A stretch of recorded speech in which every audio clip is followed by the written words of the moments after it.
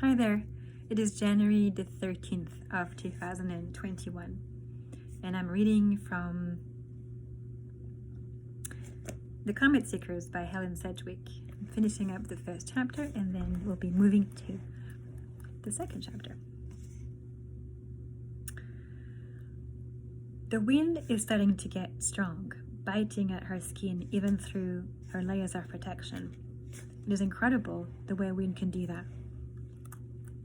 Soon it will be too dangerous to continue. She can see the swirls of ice ahead, where the wind is so strong it can lift the top layer off the ground. Rushin chooses her spot carefully. A cave of sorts, an overhang of rock and ice that will provide some shelter from the wind. She looks up at the comet, still visible, still daring her on, then looks more precisely through her binoculars and marks it again on her map before starting to unpack the shelter. Her highest marks in the Antarctic survey were in a survival test. She has seen worse than this.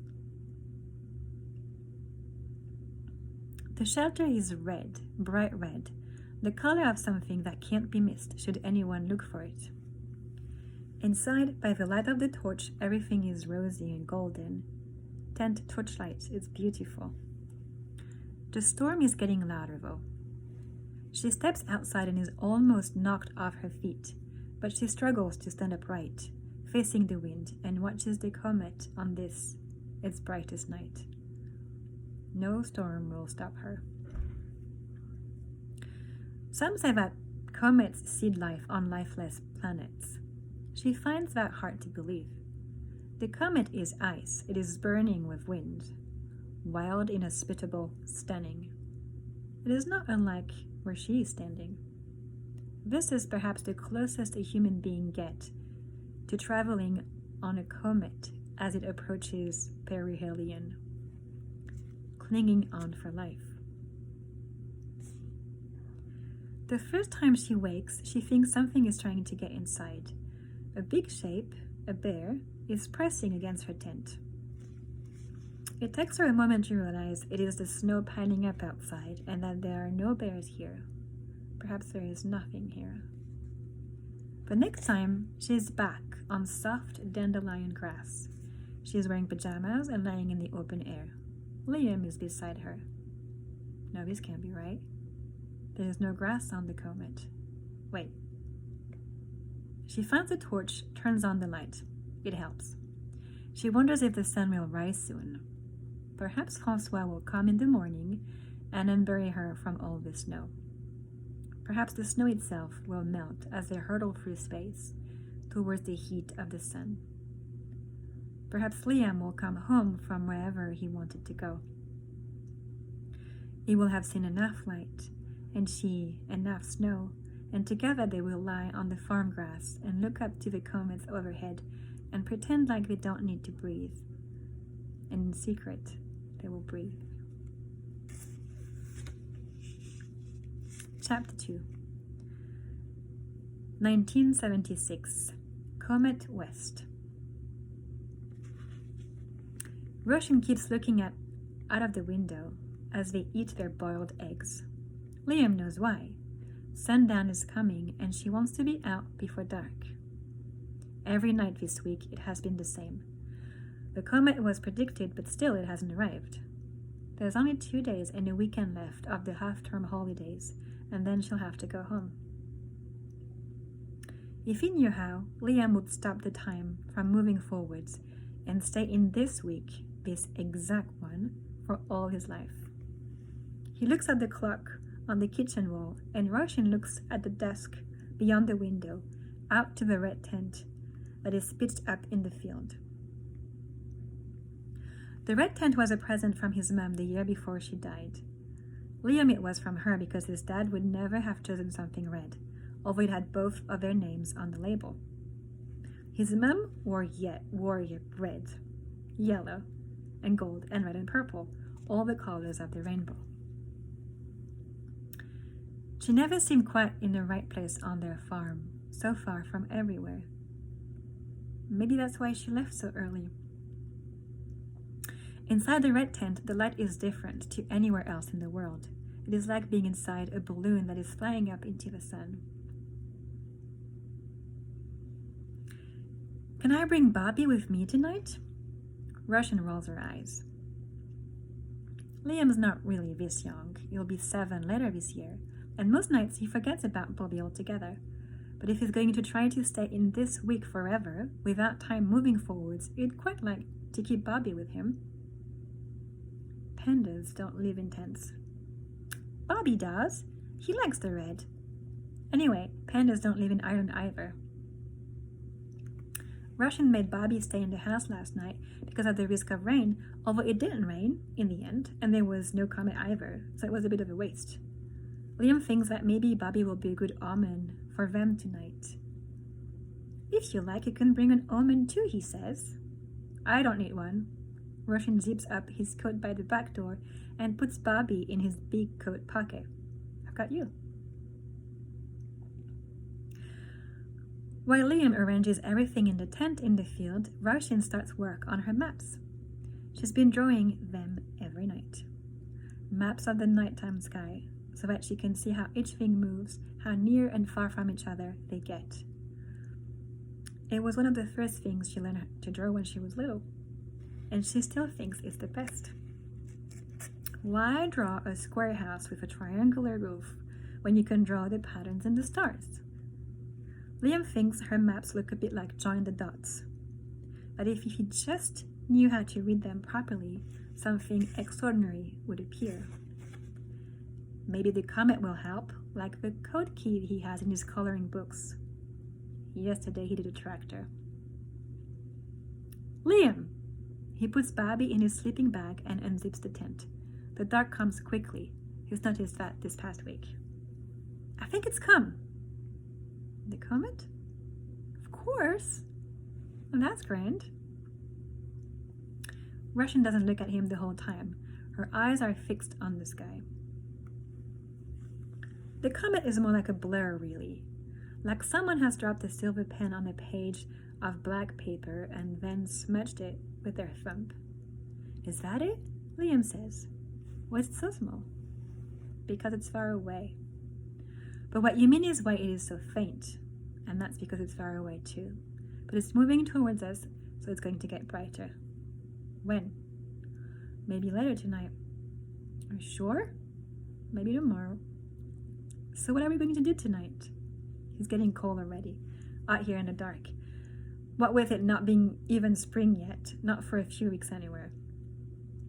Tonight we're going to watch it move, Russian says, as she pulls her sleeping bag from inside the tent.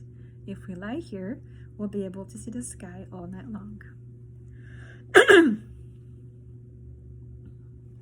Liam crawls inside the tent. He's cold. He thinks that Russian will follow him in, but he knows that's a stupid thing to think. She's never followed him anywhere. It's always the other way around. He takes Bobby out of the sleeping bag, brushes away at the bits of grass on the floor of the tent, and sits him up in the corner instead. But it's not fun being in a tent on his own, even with Bobby. So he forces himself to count to 100, and then he unzips the door again and looks out. Russian is laying on her back in the sleeping bag. He drags the sleeping bag out of the tent, lays it along the grass next to Russian, and wriggles inside. I'm back, he says, although she doesn't reply, and even if she did, all she'd say is that he's stating the obvious. He always seems to be doing that. Hold your breath and count, she says. If you count long enough and hold your breath long enough, you'll be able to see it move. Because it's flying. No, it's not. Yes, it is. It's flying so fast and so far away it can change the whole sky in the time you can hold your breath for. It's the fastest thing in the solar system. You just have to hold on and then you'll see.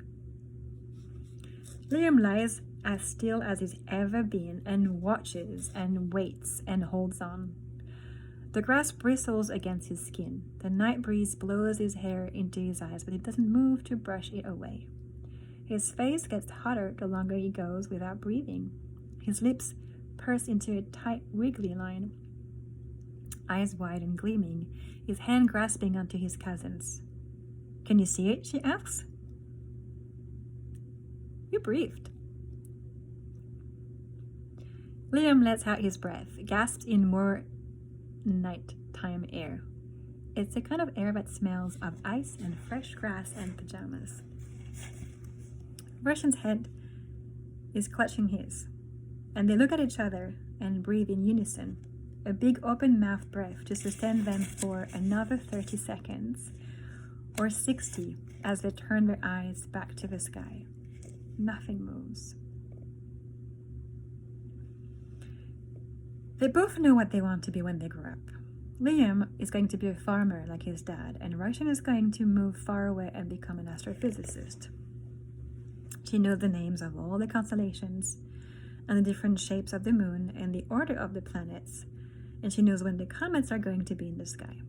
That's why she persuaded Liam to camp out in the field with her tonight, the night when it will be at its brightest. She stares up at the sky, and then, still lying on the grass, holds the notebook high over her face and starts drawing.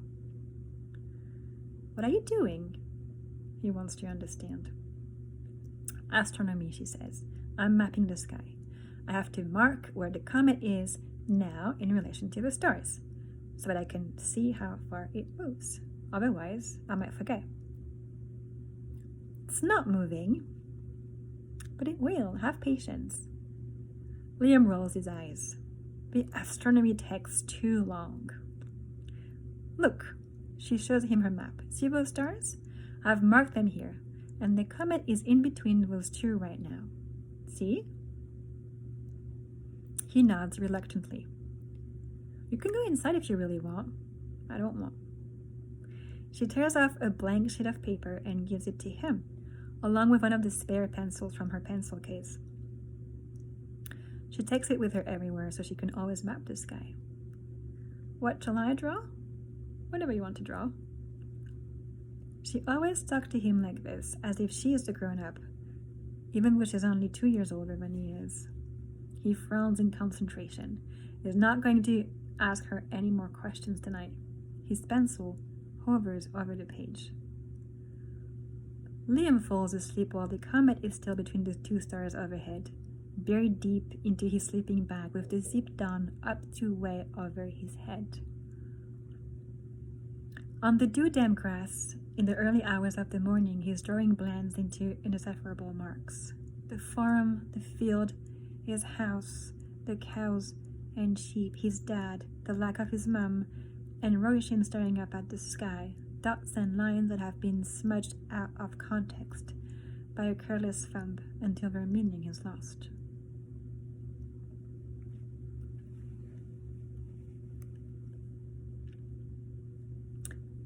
Yes, of course I went to the priest. You're a nosy old man, you know that? I went on account of the dirty books I've been reading.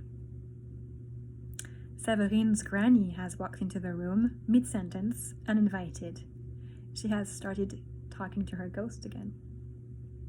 I said to him in the confession, "Now, Father, there's no point in you telling me to stop reading them, because I'm not going to stop reading them, and that's that." People say that Severine's granny is mad in the head. Severine can see they're thinking it now, in the way they look at her mother, as if she should do something about it this time. "They're my books now," I told him. "They were given to me by my dead husband, God rest his soul, and I like reading them."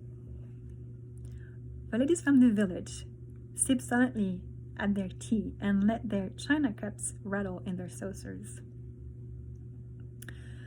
Severine's granny has finished saying what she wanted to say and is now turning her back, but before she leaves the room, she looks at Severine with a wink and a nod of her head.